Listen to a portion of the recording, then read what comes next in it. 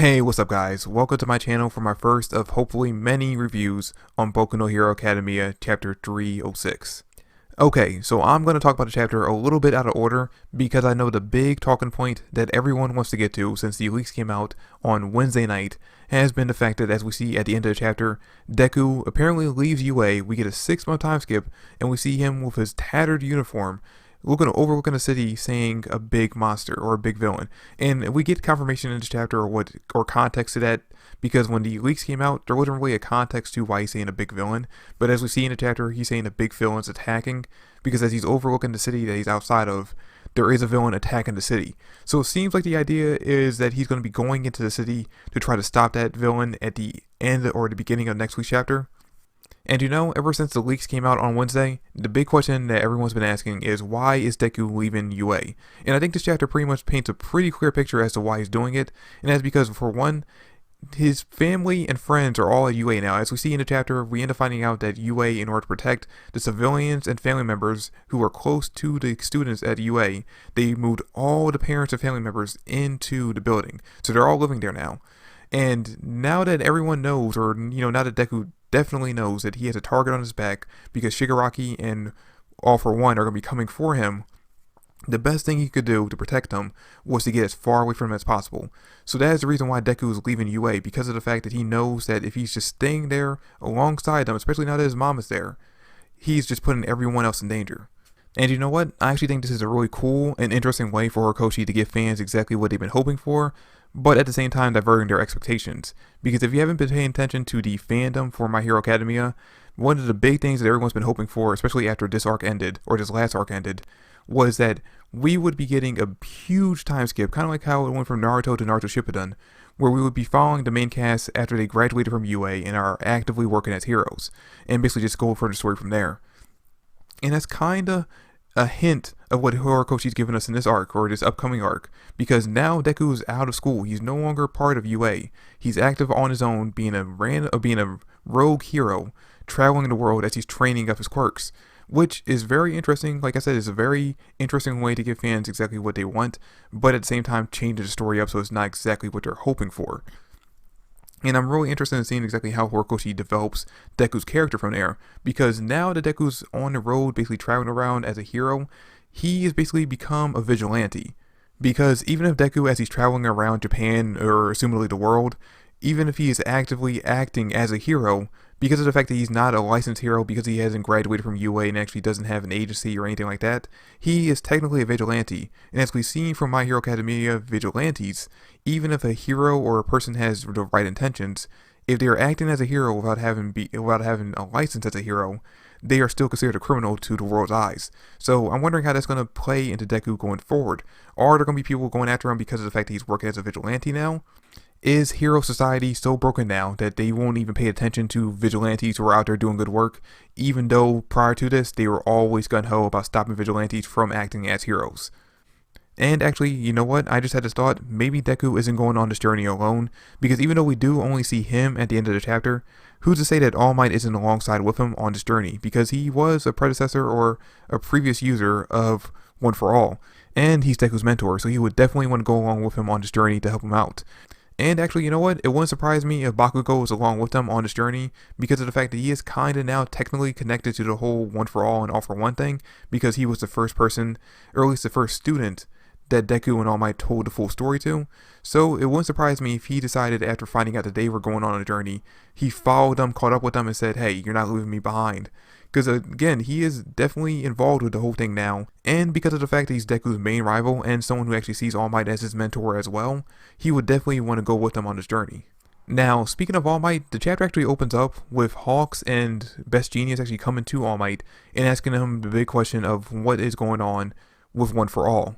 And this is when All Might decides that this secret has now become too big for them to keep, so he decides to tell Best Genius and Hawks everything he knows about One For All. And I would assume Endeavor finds out as well. Maybe they actually go and talk to him as well, and clue him in on everything since he already kind of knows some of the details. But still, he clues him in on everything, and now these 4 characters, assuming that he told Endeavor the entire story, now know the full details of what's going on, and are actively working to protect the secret from the public, even though the public, as we end up finding out in the last arc, did hear some details about it, or did at least hear the words or the phrase one for all. So they know that there's something going on with that phrase. They have big questions about it, but everyone is basically keeping it on the down low because they don't want to involve them or tell the public the secret. And you know what? I kind of understand why they want to keep everything on the down low, because finding out that that monster that All Might fought his last fight against is back, and not only back, but he's trying to take over the body of his successor, who has a more terrifying power originally. On top of that, all the other powers that All for One had on top of that, that is kind of scary and actually could throw the public into a huge frenzy and panic by that knowledge. But I feel kind of like at the same time, the knowledge that All Might's successor, who has his powers and even powers that he didn't have access to when he had the abilities, is going to be training up in order to defeat that monster. I feel like just by the connection to All Might alone, and with the knowledge that All Might would be the one training him on how to use their powers, might help alleviate some of the panic and some of the fears that the public are having, because they trusted All Might with all their heart, and they don't really trust heroes that are currently working, especially Endeavor, as we see later on with the press conference that him, Hawks, and Best Genius have. So finding out that the last hero that they truly trusted is training his successor, and he's going to be the one to fight off against the last villain that All Might defeated, that would possibly end up, taking away some of the worry that might actually help people calm down a little bit. I mean, it's kind of a flip of a coin. I guess it is kind of a 50-50 chance with that. So it makes more sense to err on the side of caution than, to put your hope in the civilians, especially with the way they're acting now. But I don't know. I kind of feel like that, taking the risk on the civilians and letting them know the truth could be a big step in regaining their trust. And speaking of the press conference, we have Endeavor, Hawks, and Best Genius basically up there on stage telling all the media and the entire public the truth about what Dabi said, obviously leaving out the parts about one for all and all for one, but basically the entirety of Endeavor's past with his family, the fact that Hawks killed killed twice, everything is laid bare for the public to find out about, and they are just attacked with question after question to the point where the media gets frustrated with their nonchalant answers. And it gets to the point where after the media actually throws a big question at the heroes, basically asking them what they plan on doing, the heroes kind of fire back, or Endeavor fires back, "What do you want us to do?" And I'm really paraphrasing what he said. You should definitely go read the chapter for yourself because it's much more impactful. But that's basically the kind of statement that he's putting forward, and the kind of the idea that Horikoshi is actually trying to give us, that the media, they have all these questions, they have all these, demands from the heroes. But at the end of the day, they don't really know what they want the heroes to do. They just kind of want to feel safe again. And they don't feel like the heroes can actually provide that safety for them anymore. But Endeavor is basically telling them in this chapter, listen, I fucked up. And I own that. All your hatred, all your anger should be directed towards me because of my mistakes. But I promise that I will fix it. And if you don't believe me, that's understandable. Just watch me. Literally, that's it. Just watch me as I go about being a better hero than I've ever been before. And I will do my best to get us back to the time of peace again. And I really like that response from Endeavor because, I don't know, I always kind of seen Endeavor and All Might as being like the Superman and Batman kind of characters, where All Might was definitely the Superman character in the series, where if he just shows up, the day is saved because he can do anything. He can save anyone. But when it comes to Endeavor, he has to work hard and he's going to make mistakes. And he's not going to be able to save everyone, but he's always going to try his hardest too. So yeah, I'm really looking forward to seeing exactly where Endeavor goes from here and how he goes about being the #1 hero, if he does really get to keep that position. Now, like I mentioned earlier, we end up finding out during the press conference that all the parents of the students of UA, which I don't think they specify if it's just the hero course students, like course 1A and 1B and so on, or if it's every student that goes to UA, but we know for a fact that the students of 1A's parents all have been moved into the UA building, so they're safe there now, and we end up seeing Deku's mom moving in as well. Now, this brings up the question of whether or not she's actually get to stay there since Deku left the school, and I assume she would be, because the principal at the very least knows about the whole thing of one for all and all for one. So because of the fact that he knows that Deku is the inheritor of that power, he more than likely would want to keep Deku's mom safe even if Deku's not there. Because if she's out on and basically out in the world and her, basically left to her own devices, the villains would have easy access to her, and they could easily use her as a way to draw out Deku. Even if Deku ends up never finding out about his mom being in danger, they will still attempt to do it. So it makes more sense for them to keep her with them in UA where she's safe than to let her just basically stay in her own home. And then we get to the end of the chapter where Deku has written a letter to all his classmates in 1A, basically explaining to them the entire story of what's going on in One for All and why he is basically a target for Shigaraki and All for One. And basically, in the letter, he's kind of just telling them that he can't be around them because of the fact that he's going to put them in danger. Or at least we can assume that. We don't actually get the full context of the letter. We only get to see the same kind of paragraph for each person that we get to see the parts of the letter from. But we do get a very big moment where we actually see Uraraka, and she is very upset by this letter because of the fact that Deku is basically just kind of leaving her behind and has been keeping a secret from her. And we can tell that next time we see Uraraka, and next time her and Deku actually come face to face, she's definitely going to have some words for him. Because remember, even though she's been suppressing her feelings for him this entire time, she is very much in love with Deku, and she's very much devoted to helping him out on his journey to become the #1 hero.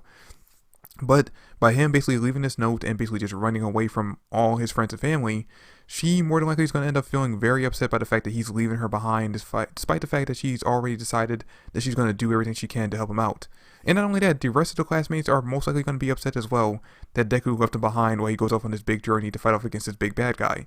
And they're more than likely, next time we see them, assuming that we're probably going to get a time skip to like maybe when they're in their second year, or maybe when they're in their third, or maybe even when they're actually active heroes. The next time they actually see Deku, they're definitely going to actually have some word for him, but at the same time, I can definitely tell that they're going to actually be trained up and prepared to help him out in this big fight. Because more than likely, that's what they're going to take from this letter. They're going to take the fact that he sees them as being people that he has to protect, and they are going to decide that basically instead of letting Deku protect them and actually go face this journey on this villain on his own, they're going to train up and basically be ready to help him out when he needs them the most. But yeah, that's pretty much it for this chapter of Boku no Hero Academia. Like I said, I hope to do more chapter reviews because this chapter was exciting. I was waiting for the next big arc to start up, and since we were kind of at the end of this whole intermission between arcs, I figured this was the best time to jump on. Now, there is at the end of the chapter where we actually get to see this note that basically kind of says that we're reaching the final arc. In a sense, I mean, it kind of says the final chapter.